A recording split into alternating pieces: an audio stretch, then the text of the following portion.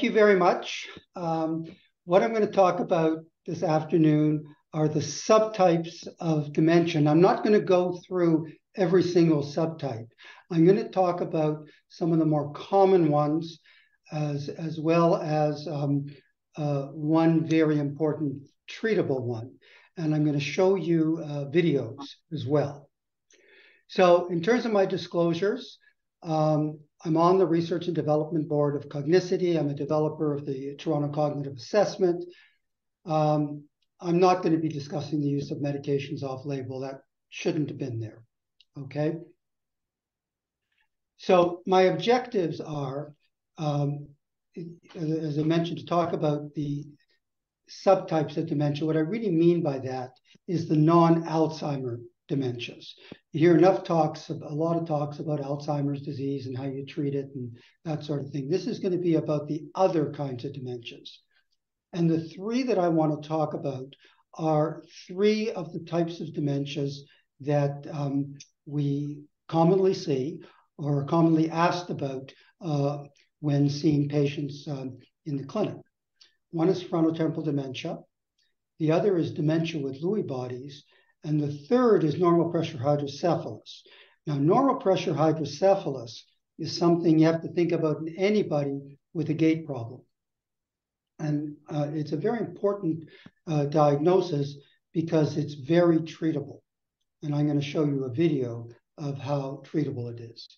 I'm also going to talk a little bit about the different types of Alzheimer's presentations, the atypical types. So let's talk first about frontotemporal dementia. Frontotemporal dementia, the way to think about it is it's almost the flip side of Alzheimer's disease. So in Alzheimer's disease, you have prominent memory deficits early on, but patients' social graces, their personalities are largely preserved in most cases. Whereas in frontotemporal dementia, the behavioral variant, it's the other way around. The memory is often very good, but the social interactions are impaired. So these patients may have early behavioral disinhibition, so they may do things like if somebody's fat, call them fat, or if they're bald, call them bald. If they're at a restaurant and they're seeing that somebody else at another table has food that looks a little more appetizing than theirs, they would just go over there and take it. Apathy is very common in this disorder as well. Early loss of sympathy and empathy. I differentiate sympathy versus empathy. Sympathy is feeling with a patient. Empathy is being aware of another person's emotions. And the way to think about it is a good physician should be empathetic, but not sympathetic, because then you get caught up in the patient's feelings. There may be perseverative, stereotypic movement or behaviors such as repetitive drawing, repetitive hand movements, that sort of thing. People may be hyperoral in that they eat things, anything in sight. They may have cravings for certain foods. And also the neuropsychological profile is one of frontal system or executive system dysfunction with relative sparing of memory and visual spatial function. So the criteria are that at least three of these need to be affected, okay? So, and this is in the that paper at the bottom, Raskovsky et al. That's the classical paper that is now cited for criteria for frontotemporal dementia. It's 2011.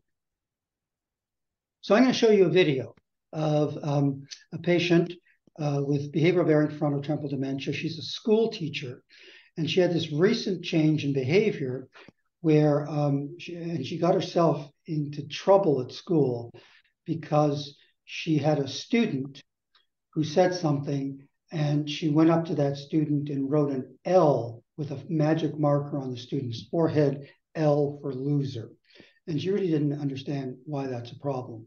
You're going to see me talking to her daughter, who's going to explain things like she had a dinner party, she gulped down her food, and 30 seconds later, she felt the party was over and started to collect people's plates. So that happens. And you're going to hear me talking to her about the incident in the school. So here's the video. Okay, I want to switch to Lewy body disease.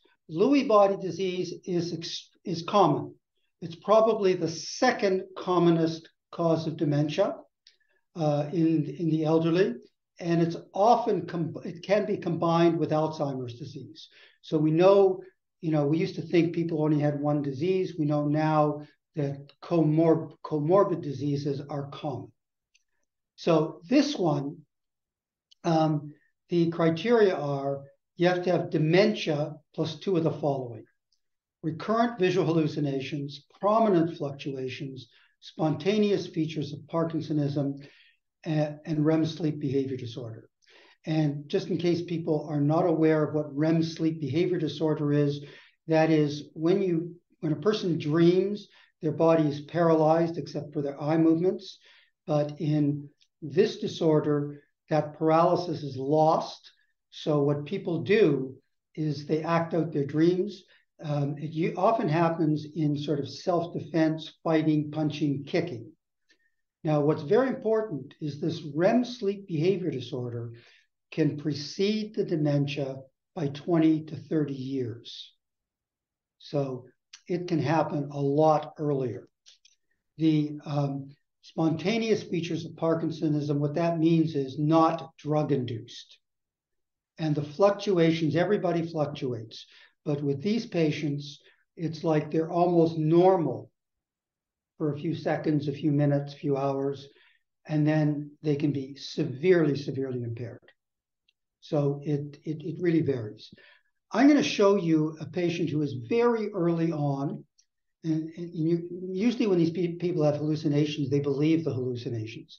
But if the person is mildly impaired, they may understand that they are hallucinations. That's unusual. In fact, what I'm going to show you is unusual. And maybe this patient didn't really have Lewy body disease, but it shows you how vivid the hallucinations can be. And the way this patient describes the hallucinations, that's how vivid they can be in Lewy body disease. So I'm going to show you the video. This is a physician, 3 to 4 year history of slight cognitive decline, very prominent hallucinations. And it's not Charles Bonnet syndrome. It doesn't account, it's not a visual thing at all. The hallucinations. Okay, I want to talk a little bit about this 1 year rule, because people ask, what's the difference between dementia with Lewy bodies and Parkinson's disease dementia? The answer is there may not be any difference. But the way many people define it is if the cognition started before the Parkinson's, we call it Lewy body disease. And if it's within the first year, we call it Lewy body. In other words, within, the Parkinson's could have started, and within the first year, the cognitive problems start. That's Lewy body disease. But if the Parkinson's starts and then over a year later, the cognitive problems come into play, we call that Parkinson's disease with dementia. The pathologist will tell you that if you show them a brain of Parkinson's disease with dementia versus dementia with Lewy bodies, they cannot tell the difference. So pathologically, they look the same. Are they really the same or not? There's controversy, but that's the 1 year rule. And that's what we use to differentiate the two diagnostic terms. Now, in terms of treatment, for Lewy body, for frontotemporal dementia, there is no treatment. In fact, for frontotemporal dementia, the best trial is there's a small trial from a group in France where they used trazodone, and it helped some of the behavioral problems. So I think there were 34 patients. For Lewy body disease and Parkinson's disease with dementia, the evidence-based study is with rivastigmine, and it did show benefit. Double-blind, placebo-controlled trial. There was improvement in apathy, anxiety, hallucinations, and delusions. And there was improvement in cognition. And there was also a trial in Parkinson's disease where there was an improvement in cognition. So the evidence is there for rivastigmine. Most people will consider it a class effect. So they will use donepezil. The reason being is that rivastigmine is a harder drug to give because it's twice a day if you use the capsules, and you got to titrate it up from 1.5 BID to 6 BID. Whereas donepezil, and you have to get it with food. Donepezil is with or without food, so that's easy. It's a once a day pill, and there are only 2 doses, 5 milligrams and 10 milligrams. So I start with donepezil, and I have found that it helps. I may sometimes go to rivastigmine, but rivastigmine, as they say, has more nausea and vomiting and diarrhea. The patch has less nausea and vomiting, but not less. It has less nausea and vomiting than the rivastigmine capsules. It's not better than the donepezil. So the comparison wasn't. Anyway, what I do is I go to donepezil, okay, with rather than rivastigmine. Now, normal pressure hydrocephalus. This is something that it's not easy to diagnose because normal pressure hydrocephalus is where the ventricles get enlarged, so the fluid space in the brain is increased. You get cognitive impairment, a gait disorder, and incontinence. The treatment is a shunt, where they put in a shunt. They can do it in different ways, but often it's one end goes in the ventricle and the other goes in the peritoneal space, and there's constant draining of CSF. So it's a surgical treatment. The only real diagnostic test is the shunt, but there are things that we can do. We can do a CSF tap test, okay? So what we do, and you see the diagnosis is difficult because gait disorders, you can see it in Parkinson's, progressive supranuclear palsy, other conditions. You can see incontinence in these disorders, and you can see dementia. And, you know, they talk about this magnetic gait. Well, the gait isn't always magnetic, like where you're stuck to the ground. So it is a difficult diagnosis. I mean, if it looks like classical Parkinson's, then I don't start thinking of normal pressure hydrocephalus. The same thing, if it looks like classical progressive supranuclear palsy or cortical basal syndrome. If I think it could be normal pressure hydrocephalus, we bring the patient into the memory clinic. And this you're not going to be doing in a primary care setting. We remove 50 cc's of CSF. We test the gait before and after. We also do cognitive testing, but it's really the gait that is the most important thing. And we test the person before the tap, about 6 hours after, and 24 hours, and we might do it at 48 hours. The test has a 26 to 62% sensitivity and a 33 to 100% specificity, so it's a large range. Positive and negative predictive values are there, 73 to 100%, depending on the study, and 23 to 42%. But I do the tap test. If the tap test is negative, I'm less keen to push for a shunt. Now, we published that case because it was with the point that even if somebody's severely impaired for a long time, it's worth considering shunting. So I want to conclude with the atypical presentations of Alzheimer's disease. The common one is the amnestic. That means they have memory loss. But there are 3 other presentations, which are non-amnestic. One is visuospatial. This is posterior cortical atrophy. These patients may have pretty good memories. They eventually don't, but at the beginning they may. They've got very prominent visuospatial problems. So they're the types of patients that they can't find a knife or a fork on their table when they're eating. they can't pick up a pen because they can't visuospatially find things. There's the language deficit, which is logopenic progressive aphasia. These are patients who have difficulty with speech and language. Their repetition's impaired, their naming is impaired, but it's a language presentation. Their memories may be good. And there's an executive presentation where they may show some features of frontotemporal dementia, inappropriate behavior, socially inappropriate. But when you look at their imaging, it's not frontal, or it's not just frontal. They have temporal parietal involvement. So that's the atypical presentations of Alzheimer's disease. So just because they don't have memory problems, they could still have Alzheimer's.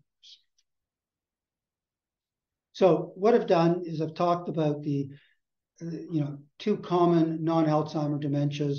One probably more common than we think, non-Alzheimer dementia, which is normal pressure hydrocephalus. And I talked about the atypical presentations of Alzheimer's disease. So on that note, I am going to stop, and I'm happy to answer questions. Thanks, Maurice. I know how busy you are. I appreciate you taking the time to present today and to be available for a few questions. So maybe just folks can put up their hands in Zoom and feel free to ask a question. Kathy. Yeah, my name's Kathy Schofield. I'm a nurse practitioner. Can you hear me all right? Now, a little garbled, a little better now. How's that? Is that a little bit better? Yeah, that's better. Okay. The interesting case I had is I couldn't tell us. They said she had dementia, but they couldn't tell us what kind. Okay, just let me be clear on what you're describing. She had sort of personality changes. So she was agitated, or that sort of thing. Yeah. Then she developed memory problems. Yes. And when you say became frozen, she literally became stiff that we couldn't bend her or move her. Okay. All right. And she couldn't speak anymore. Okay. Because her jaw was, When you get the frozen, what you've got is an extrapyramidal disorder. Chances are. I haven't seen her, but that's what it sounds like you're describing. Oh, yeah. The conditions that you think of are what we used to call the Parkinson plus, which is Parkinson's, but it's not Parkinson's disease. Conditions that can do that are cortical basal syndrome, progressive supranuclear palsy. Those are two of the common disorders that can do that. But it's the frozen stiffness it means one of the Parkinsonian. If all of this happened very quickly, did it happen like fast? Probably just over 2 years. Okay, because if it happens like over a period of weeks to months, then you're thinking of other things like paraneoplastic syndrome, autoimmune disorders. But if it's over a year, over a couple of years, it's a degenerative disease. What it is not is it's not Alzheimer's. Okay. Nice. So you think of cortical basal syndrome, you think of Lewy body disease doesn't usually do it. It could be Lewy body disease. Now, if you give somebody with Lewy body disease antipsychotics, they can stiffen up like a board with one dose of quetiapine. Ah. Thanks, Kathy. So there's a question from Erica. What is the best way to respond to a person experiencing hallucinations? Should one say, no, there are no hockey players on the roof? It depends on the circumstances.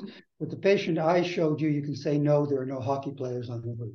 If the person really believes, like let's say a common hallucination is that, let's say a man has Lewy body disease or some other disorder, and they see,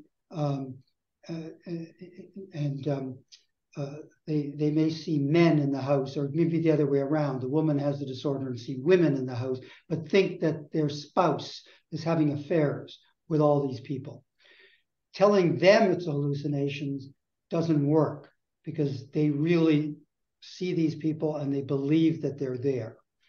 So arguing with them isn't going to work. There you just have to try and redirect, distract, get them onto a different topic, something like that. But what they really need is treatment. And the cholinesterase inhibitors do have antipsychotic properties, so that may help. Or you use an antipsychotic. Thanks, Morris. Just while other folks are asking their questions, can I ask you the non-amnestic variants of Alzheimer's disease, will they respond equally well to cholinesterase inhibitors? I'm not, the answer is, I don't know if the studies have been done to equally well. First of all, no group responds very well. Right, fair enough. You have to understand, these are not miracle drugs, right? Yeah. These are modestly effective at best. But they've got the disease where they've got a cholinergic deficit. So yes, I put them on a cholinesterase inhibitor. The language profile, I've rarely, if ever, seen improvement there. The visual spatial, maybe. But the problem is that you don't usually see improvement in any of these. What you see is they may stay at a higher level longer, and it's harder to judge. Right, fair enough. The standard practice is to treat them. And I'm sorry, I apologize. I don't remember first names terribly well, but B. Popes, if you could speak to your question in the chat, please. Looks like an interesting case, very common. Okay. Hi there. Can you hear me? Yes, we can. Hi. So I have a gentleman who is in his mid-50s, severe alcohol disuse order, as well as a TBI. Now, he is not a candidate for TBI rehab. They feel that he is how he is because of his alcohol use. We are seeing memory issues, of course. We are also seeing agitation and behaviors that we're finding very difficult to manage. And with regards to younger folks getting early onset dementia or having, severe alcohol disorder, etc., would there be a consideration at some point that perhaps this fella is experiencing some cognitive decline, obviously because of the ETOH and the TBI, or is that kind of off course? Okay, if TBI, unless something else is there, is not progressive. So, and alcoholic brain damage, if someone stops drinking, is not progressive. If the person is progressing, they've got something else. And often it's a neurodegenerative disease, and then I would treat it as that. You're not going to be able to prove is it Alzheimer's or not, so we often put them on a cholinesterase inhibitor and use memantine. If they are stable, they're not getting better, there isn't an indication for a cholinesterase inhibitor or memantine. Now, you also mentioned the behavior, the agitation, aggression. That's a whole different kind of treatment. So that I would treat depending upon how bad it is. And there's a whole bunch of drugs you can use for that. I don't know if that right. Yeah, so we've been trying medications with this man, and it doesn't seem to be working very well. We've used trazodone, we're using quetiapine, we've got propanolol, we're trying all kinds of things, and it doesn't seem to be helping much. He has quite severe ataxia that they believe is exacerbated by his TBI, but was pre-existing with the brain injury. the ETOH disorder. And then he has memory loss. You'll tell him things, and we don't know, is this memory loss the TBI, or is it he's progressing in some way? That's the question I have, essentially. All right, there's two things. For his agitation, he's agitated, right? For that, a good drug and an under-recognized drug is gabapentin. Really? Okay. So I've been using that a lot. It's actually in the CAMH algorithm. You dose it by the renal function. I start with 100 TID. Think about doing that. Okay. As I say, if there's no progression, it's really the TBI and the alcoholic brain damage. It's going to be hard to sort out which it is.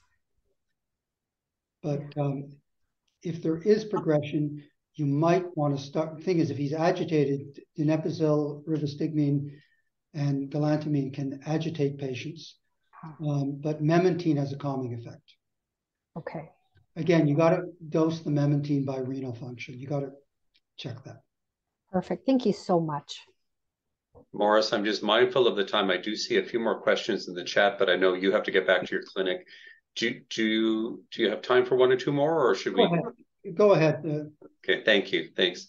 So there's a question, if I go back to Allison, if shunt insertion does not improve symptoms presentation, does that mean the client did not have NPH?